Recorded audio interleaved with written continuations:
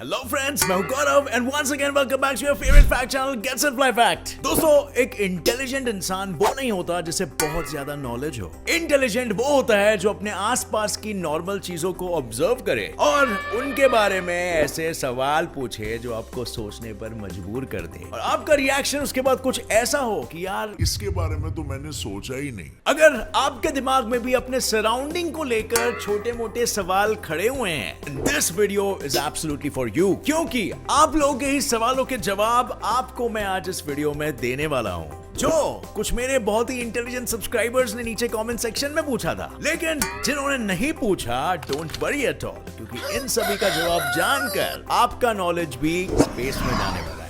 So stay tuned with our today's video titled Why do dogs eat grass and 33 more jaw-dropping questions and answers. Get set, fly. Number 1. Why do dogs eat grass? अगर आपका कुत्ता घास खा रहा है तो there is a problem. क्योंकि ना ही कुत्तों को घास पसंद नहीं है, बल्कि कुत्ते का डाइजेस्टिव सिस्टम भी ऐसा बना है कि वो ग्रास को डाइजेस्ट नहीं कर सकता। कुत्ते सिर्फ तभी ही घास खाते हैं जब उन्हें पेट में कोई प्रॉब्लम हो रही होती है या फिर उन्हें उल्टी आ रही होती है, और जब भी उन्हें ऐसा महसूस होता है तो वे जल्दी जल्दी घास खाने लगते हैं ताकि उनके पेट में जो भी गया है वो घास के साथ उल्टी के रूप में बाहर आ जाए। और इसीलिए अगर आपका कुत्ता ऐसा कर रहा है तो उसे तुरंत वेट के पास लेके जाने में ही भलाई है।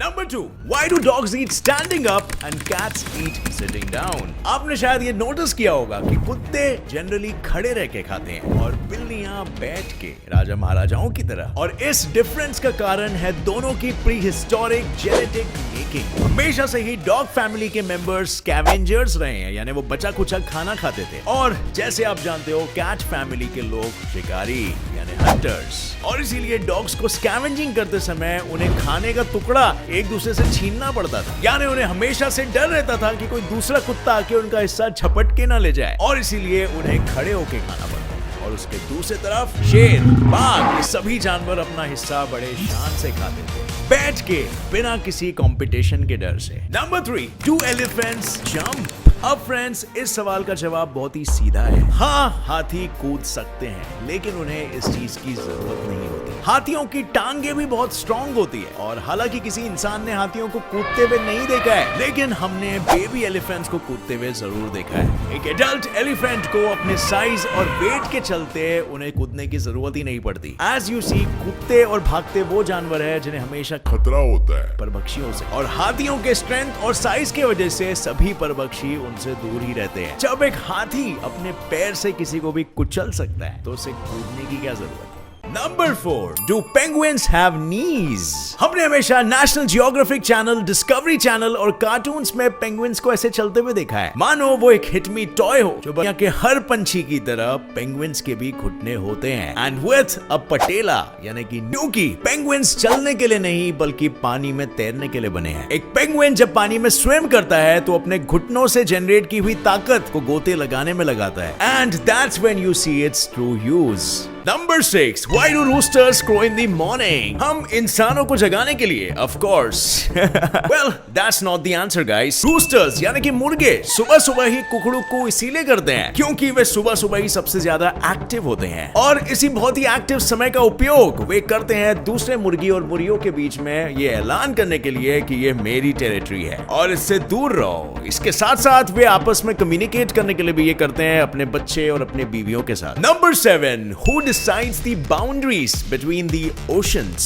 So friends, there is an actual international organization जो डिसाइड करती है दुनिया भर के सारे ओशियंस और सीज के बीच की बाउंड्रीज, और ये है द इंटरनेशनल हाइड्रोग्राफिक ऑर्गेनाइजेशन, जिसमें दुनिया के 70 देश शामिल है। इस ऑर्गेनाइजेशन की एक पब्लिकेशन है named the limits of the seas and ocean, जिसमें साफ मेंशन्ड है दुनिया के हर एक ओशन की बाउंड्री। ये बाउंड्री जनरली डिसाइड होती है किन्हीं दो एरियाज के पानी के बीच और उन ओशंस के डेप्थ के बेसिस पे, लेकिन इसके अलावा एज सच और कोई भी क्राइटेरिया नहीं होता, और ये बाउंड्रीज बहुत ही रैंडमली सी बनाई जाती है, जिसके नसीब में जो आ गया वो उसका sort of. Number 8. What time zones do North Pole and South Pole follow? And the answer is any. वैसे तो North Pole और South Pole में ही दुनिया भर के सारे मेरिडियंस कन्वर्ज करते हैं, और इसीलिए इन दोनों पोल्स के लिए एक कंप्लीटली डिफरेंट टाइम जोन ही एग्जिस्ट करता है, called the Coordinated Universal Time Zone. इसे UTC भी कहा जाता है, जिसका टाइम ग्रीनविच मीन टाइम के बराबर होता है, लेकिन generally in blue and girls pink. Well friend, ancient times यानी कि पुराने जमाने में ऐसा माना जाता था कि ब्लू कलर डीमंस यानी कि राक्षसों को रिपेल करता था, दूर भगाता था। और उस समय में एक परिवार की सबसे कीमती चीज थी उनका छोटा सा गोद में खेलता हुआ बेटा, नॉट बेटी, जस्ट टू बी क्लियर। और इसीलिए माँ बाप अपने बेटे की शैतानों से सुरक्षा करने के लिए उसे ब्लू कलर के कपड़े पहनाते थे और उसके कमरे की दीवार ब्लू कलर के रंग से पेंट करते थे। और फ्रेंड्स, पिंक का चलान शुरू हुआ कुछ एरास बाद इंग्लैंड में, जब मान्यता विकसित होने लगी कि लड़कियों का जन्म गुलाब के फूल की जगह पे होता है। और क्या आप जानते हैं कि लड़कों के लिए क्या मान्यता डेवलप हुई कि लड़के ब्लू रंग की गोभी के जगह पे पैदा होते हैं? नॉट क्वाइट फेयर,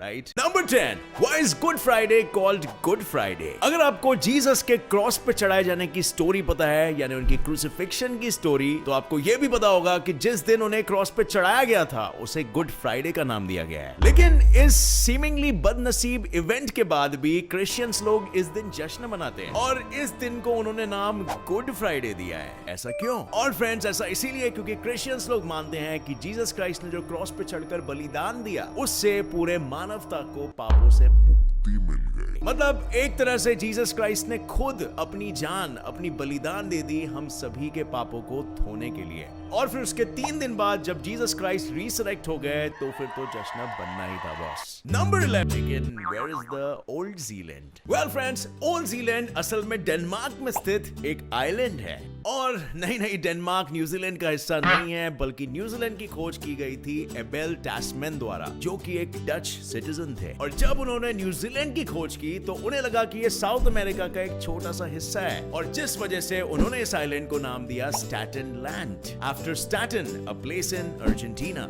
लेकिन जब उन्हें पता चला कि असल में स्टैटन लैंड तो एक अलग ही आइलैंड है, तो उन्हें इस नाम को वापस हटाना पड़ा। और इसीलिए एक तरह से हड़बड़ी में वे जिस देश से आए थे उसी देश की एक जगह के नाम पर उन्होंने जीलैंड ये नाम रख डाला, and which letter became New Zealand. Number 12, why does sugar not spoil? चीनी पड़ी चीजें बहुत जल्दी खराब होती है, और हो भी क्यों ना। Sugar is glucose, the main source of energy for every creature on this planet. अगर बैक्टीरिया और फंगस शुगर पे ही जिंदा रहते हैं तो फिर शुगर आखिर खराब क्यों नहीं होता? और फ्रेंड्स, ऐसा इसीलिए क्योंकि शुगर का मॉइस्चर कंटेंट बहुत ही कम होता है, 0.05%, और बैक्टीरिया और फंगस को ग्रो करने के लिए मॉइस्चर की भी जरूरत होती है। बस सिर्फ इसी शुगर पर थोड़ा सा पानी छिड़क दीजिए और फिर देखिए कैसे लगता है बैक्टीरिया और फंगस इस पर। Number 13, why does boiled egg yolk turn grey? आपने शायद ये नोटिस किया होगा कि जब आप एक अंडे को बहुत ज्यादा ही पका लेते हैं तो उसका येलो एग योक ग्रे बन जाता है। और वेल, ऐसा इसीलिए होता है क्योंकि ओवर कुकिंग से आयरन और सल्फर जैसे कंपाउंड उसमें रिलीज होते हैं, जो कंपाउंड्स आपके अंडे के योक को वो ग्रे कलर देते हैं।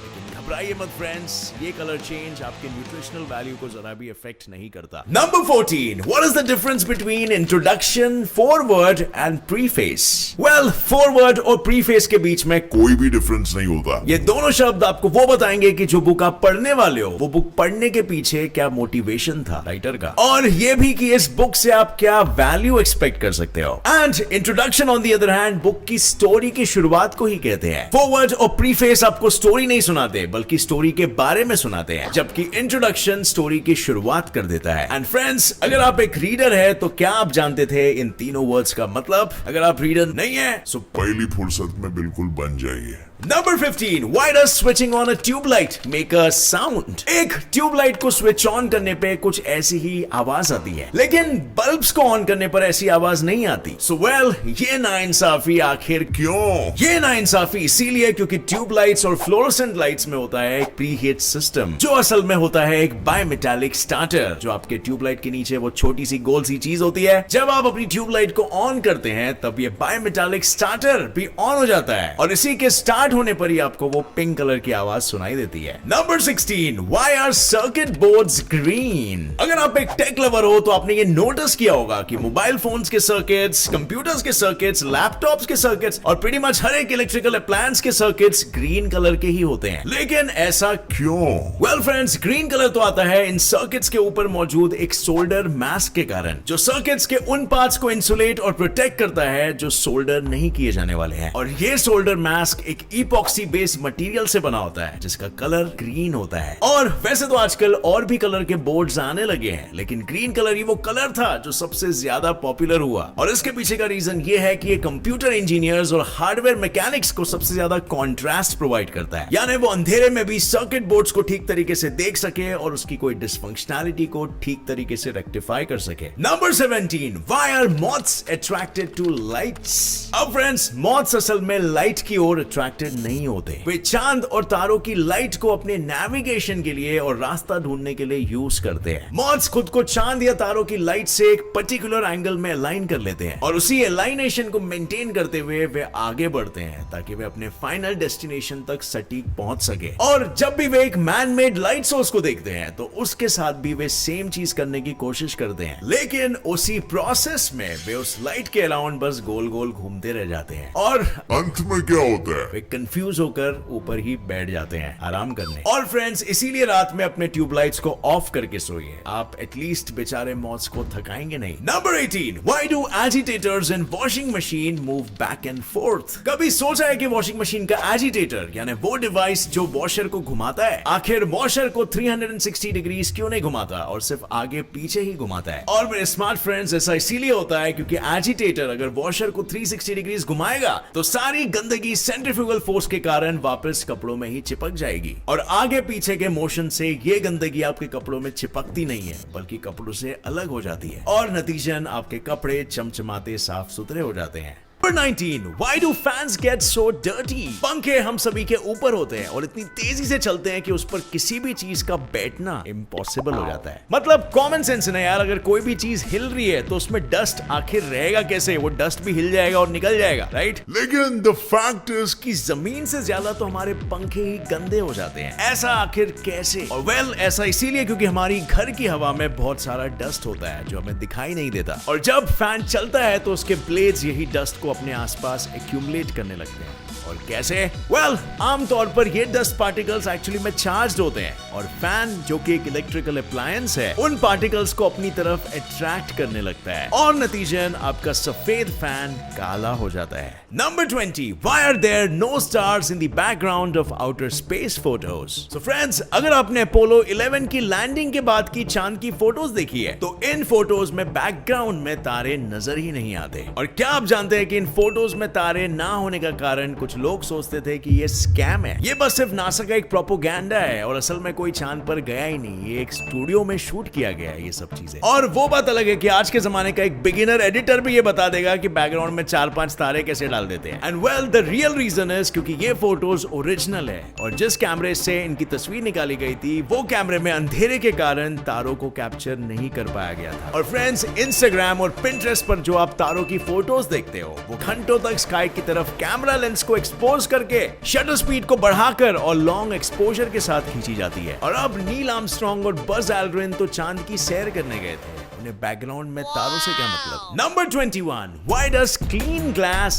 स्क्वीक? इंग्लिश लैंग्वेज में एक फ्रेज है स्क्वीकी क्लीन, क्योंकि कोई भी स्मूथ सरफेस जब साफ होता है तो उसे रब करने पर चूहे की स्क्वीकिंग जैसी आवाज आती है, जो आवाज आपने कोलिन के एड में भी सुनी होगी। लेकिन ये आवाज आखिर आती क्यों है? वेल, इसका जवाब छुपा है फिजिक्स की किताब में। जब भी कोई कांच का सरफेस मैला होता है तो ये मैल आपके उंगली और कांच के सरफेस के बीच एक लुब्रिकेंट का काम करता है, जिससे आप अपनी उंगलियां बिना किसी फ्रिक्शन के कांच के सरफेस पे आसानी से स्लाइड कर पाते हो। लेकिन जब ये सरफेस साफ हो जाता है तो आपकी उंगली और कांच के बीच में फ्रिक्शन बढ़ जाता है और फिर आपकी उंगली स्लाइड नहीं करती बल्कि फ्रिक्शन के कारण घिस जाती है और इसी फ्रिक्शन वाले मूवमेंट के कारण ग्लास की सरफेस वाइब्रेट करने लगती है, जो आपके कानों को स्क्वीकिंग आवाज के रूप में सुनाई देती है। नंबर 22, हाई टाइड्स और लो टाइड्स हर रात और हर दिन, कोई भी टाइड आखिर इन्हें क्यों नहीं अफेक्ट करता? सो वेल फ्रेंड्स, अगर सच बोला, लेकिन जस्ट बिकॉज ये छोटी होती है इसीलिए आपको दिखाई भी नहीं पड़ता। टाइड्स को क्रिएट होने के लिए वाटर बॉडीज का एक, और जब मून की ग्रेविटी इनके फैलाव को स्क्वीज करती है टाइड्स के रूप में, तो तभी ही इस स्क्वीजिंग के प्रोसेस से टाइड्स कर सकते हैं और इसीलिए इनके लेवल में भी राइज हो रहा है, लेकिन एक माइक्रोस्कोपिक लेवल पर जिसे आप कभी पता भी नहीं लगा पाएंगे। Number 23, why are our fingers of different lengths? Well, हमारे पूर्वज हमारी तरह स्विगी या जोमेटो से ऑर्डर करके नहीं खाते थे, वे एक पेड़ से दूसरे पेड़ बंदरों की तरह लटक लटक कर अपने खानों का इंतजाम करते थे। और जरा एक पेड़ की टहनी पर अपने उंगलियों को जरा रैप करके देखिए, आपको उंगलियों की लेंथ बिल्कुल एक ही नजर आएगी। हमारी उंगलियों की लेंथ पेड़ों की डालियों को पकड़ने के हिसाब से इवॉल्व हुई है, लेकिन अब क्योंकि हम पेड़ों पर नहीं लटकते और इसीलिए हमें इन अलग अलग लेंथ की उंगलियों की कोई जरूरत नहीं है। अब प्रकृति को आखिर कहां पता था कि हम बिस्तर पर चढ़कर इन्हीं उंगलियों से लास्ट में पिज्जा खाएंगे। Number 24, why is heroin called heroin? Heroin जैसे ड्रग को आखिर इतना हीरोइक नाम क्यों दिया गया? सोचने वाली बात तो है। लेकिन फ्रेंड्स, एक समय ऐसा भी था जब हेरोइन को एक इलीगल ड्रग नहीं, असल में एक दवा थी, मॉर्फिन के एडिक्शन को खत्म करने की दवा, जिसने, जैसे आप जानते हो, एक एडिक्शन को खत्म करने के चक्कर में दूसरे एडिक्शन को ही जन्म दे दिया। Number 25, what causes red I in photos? जब भी आप किसी की फोटो फ्लैश यूज करके क्लिक करते हो तो कई बार उस इंसान की आंखें रेड ग्लो करती है। ऐसा क्यों होता है? वेल, ये रेड कलर असल में उस इंसान की आंखों में मौजूद ब्लड वेसल्स की वजह से आता है। जनरली हम फ्लैश का इस्तेमाल अंधेरे में ही करते हैं और हमारी प्यूपिल्स अंधेरे में ऑटोमेटिकली ही बड़ी हो जाती है ताकि हम अंधेरे में और भी ज्यादा अच्छे से देख सके। और जब फ्लैश की लाइट हमारी प्यूपिल्स पे पड़ती है तो उससे हमारी आंखों की ब्लड वेसल्स भी फोटो में दिखने लगती है, exposed by the pupil. Number 27, why does super glue stick to Teflon? एक तरफ सुपर ग्लू जो कि किसी भी चीज को चिपका सकता है और दूसरी तरफ टेफ्लॉन जिस पर कोई भी चीज नहीं चिपकती। अगर हम इन दोनों की शक्तियों को आमने सामने खड़े कर दे तो आखिर कौन जीतेगा? वेल, बाजी मारता है टेफ्लॉन यानी पॉलीटेट्राफ्लोरोइथिलीन, जिसमें मौजूद कार्बन और फ्लोरीन के बॉन्ड्स इतने ज्यादा स्ट्रॉन्ग और इनर्ट होते हैं कि उन्हें कोई भी चीज नहीं तोड़ सकती। किसी भी ग्लू को कोई चीज को चिपकाने के लिए उसकी परत में मौजूद पोर्स के थ्रू अंदर जाना होता है और उसके बॉन्ड्स को ब्रेक करके उस चीज से रिएक्ट करना होता है। लेकिन क्योंकि कार्बन और फ्लोरीन के बॉन्ड्स इतने स्ट्रॉन्ग होते हैं कि फ्लोरीन एटम्स कार्बन के इर्द गिर्द एक कवच सा बना देता है, जिसे ऑफ कोर्स सुपर ग्लू भी नहीं तोड़ पाता है। Number 28, why do fingernails grow faster than toenails? The more you struggle the more you grow. और ये प्रिंसिपल हमारे नाखूनों पर भी अप्लाई होता है। आपके हाथों के नाखून ज्यादा एक्सपोज्ड होते हैं और जिस वजह से वे ज्यादा ट्रॉमा फेस करते हैं क्योंकि आप किसी ना किसी तरह उन्हें घिसते रहते हैं। और इसके अलावा nails actually grow faster in summer, और हम समर में तो हमारे पैर के नाखूनों को वैसे भी जूते से कवर्ड रखते हैं और इसीलिए हमारे पैरों के नाखून को फास्ट ग्रो होने की जरूरत ही नहीं पड़ती। Number 29, why do we have bad breath in the morning? Black bacteria dead tissue shared by our mouth. Well, ये सारे रीजन है सुबह उठते ही आपके मुंह से गंदी बास आने के। चाहे आप कितने ही अच्छे से रात में ब्रश करके ही क्यों ना सोए, ये बदबू तो आखिर आनी ही है। लेकिन ब्रेकफास्ट के बाद भी तो हम 4 घंटे कुछ भी खाते नहीं है, लेकिन फिर ये बदबू क्यों नहीं आती? एंड वेल, इसके पीछे का रीजन ये है क्योंकि जब भी आप बोलते या चबाते रहते हैं तो आपका मुंह ज्यादा सलाइवा रिलीज करता है, यानी कि थूक, और ये सलाइवा आपके मुंह में बैक्टीरिया के बिल्डअप को होने से रोकता है और रात को तो आप इनमें से कोई भी एक्टिविटीज में एंगेज नहीं कर रहे हो और इसीलिए आपके मुंह को बैक्टीरिया से कोई नहीं बचा सकता और इसीलिए सुबह उठ के आपके मुंह से निकलती है वो बदबू एटम बॉम्ब की तरह। Number 30, why are we sleepy after a big meal? कभी सोचा है कि ज्यादा खा लेने के बाद हमें ज्यादा नींद क्यों आती है? एंड फ्रेंड्स, इसका रीजन बहुत साइंटिफिक है और ऐसा इसीलिए होता है क्योंकि आप जब भी बहुत ही ज्यादा खा लेते हो तो आपका शरीर आपका ज्यादा से ज्यादा एनर्जी डाइजेशन की प्रक्रिया में डालने लगता है और इसकी वजह से आपके पास और काम करने की एनर्जी इतनी नहीं बचती। और इसके अलावा खाना डाइजेस्ट होने पे ट्रिप्टोफैन नाम का एक एमिनो एसिड भी रिलीज होता है जो मेलाटोनिन नाम के स्लीप हार्मोन का एक प्रीकर्सर होता है जो आपको स्लीप इंड्यूस करता है। Number 31, how come white wine be made from black grapes? Red wine red grape से बनता है और इसीलिए रेड होता है। Perfect common sense, right? लेकिन व्हाइट वाइन तो ब्लैक ग्रेप से बनता है, तो ब्लैक क्यों नहीं होता है या व्हाइट कैसे होता है? और वेल फ्रेंड्स, कभी मौका मिले तो एक काले अंगूर को पिंच करके देखना, उसके अंदर से जो जूस निकलेगा वो ब्लैक कलर का नहीं होगा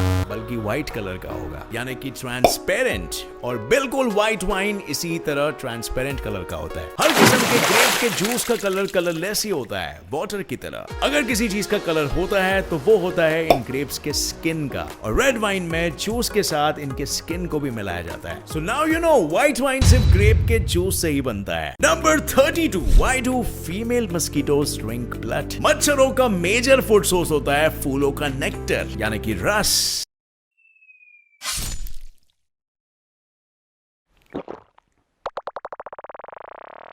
मेल मस्कीटोज यानी कि नर मच्छर तो इसी डाइट से बहुत खुश होते हैं, लेकिन उन्हें एक चीज नहीं करनी पड़ती जो फीमेल मस्कीटोज को करना पड़ता है, और वो है बच्चे देना। और बच्चे देने के लिए फीमेल मस्कीटोज को चाहिए होता है सप्लीमेंट्स, जो उन्हें मिलते हैं इंसानों के खून से। फीमेल मस्कीटोज सिर्फ तभी खून पीती है जब उन्हें उनकी जरूरत होती है। So don't hate the mosquitoes. She just wants kids, yeah. Number 33. Why do snakes, crocodiles and lizards do not get sunburned? दुनिया में सबसे ज्यादा सनलाइट में टाइम स्पेंड करने वाले प्राणी होते हैं रेप्टाइल्स, खासकर की लिजर्ड्स और क्रोकोडाइल्स। हम 2 घंटे भी बाहर सनलाइट में रहते हैं तो हमें स्किन बर्न हो जाता है, लेकिन इन कमबख्त जानवरों को तो सनबर्न का एस भी नहीं होता है। ऐसा क्यों? वेल, ऐसा इसीलिए क्योंकि इन रेप्टाइल्स का शरीर एटलीस्ट इस मामले में ज्यादा समझदार होता है। दुनिया के बाकी सारे एनिमल्स, खासकर की मैमल्स, जैसे उनकी भारी स्किन सेल्स मर जाती है तो इन स्किन सेल्स को हम शेड कर देते हैं, जिससे हमारी त्वचा के अंदरूनी सेल्स एक्सपोज हो जाते हैं और हमें सनबर्न हो जाता है। And reptiles on the other hand तब तक इस स्किन को चिपका के रखते हैं जब तक स्किन की एक पूरी अच्छी खासी हेल्दी लेयर तैयार ना हो जाए, और यही डेड स्किन सेल की परत रेप्टाइल्स को सनबर्न से बचाती है। सो फ्रेंड्स, ये थे आज के 33 ऑसम क्वेश्चंस, और इनमें से आपको कितने के जवाब ऑलरेडी पता थे? Let us know down in the comment section. और हमारी दुनिया कितनी वियर्ड, फैसिनेटिंग और रंग बिरंगी है, और कितने सारे क्वेश्चंस है जो अक्सर हमें आते रहते हैं। अगर आपको कोई क्वेश्चन आता है, बार बार सताता है, तो नीचे कमेंट्स में #AskGSF करके वो आप हमें पूछ सकते हो। और अगर आपको ये वीडियो पसंद आया तो एक लाइक जरूर ठोकना, मेरे चैनल को सब्सक्राइब करिए और दबाइए नीचे दिया गया बेल आइकन, ताकि आप आगे आने वाली कोई भी नई वीडियो की अपडेट को मिस ना कर सके। मिलेंगे बहुत जल्द in an exciting new video, and तब तक के लिए stay curious, keep learning and keep growing. जय हिंद।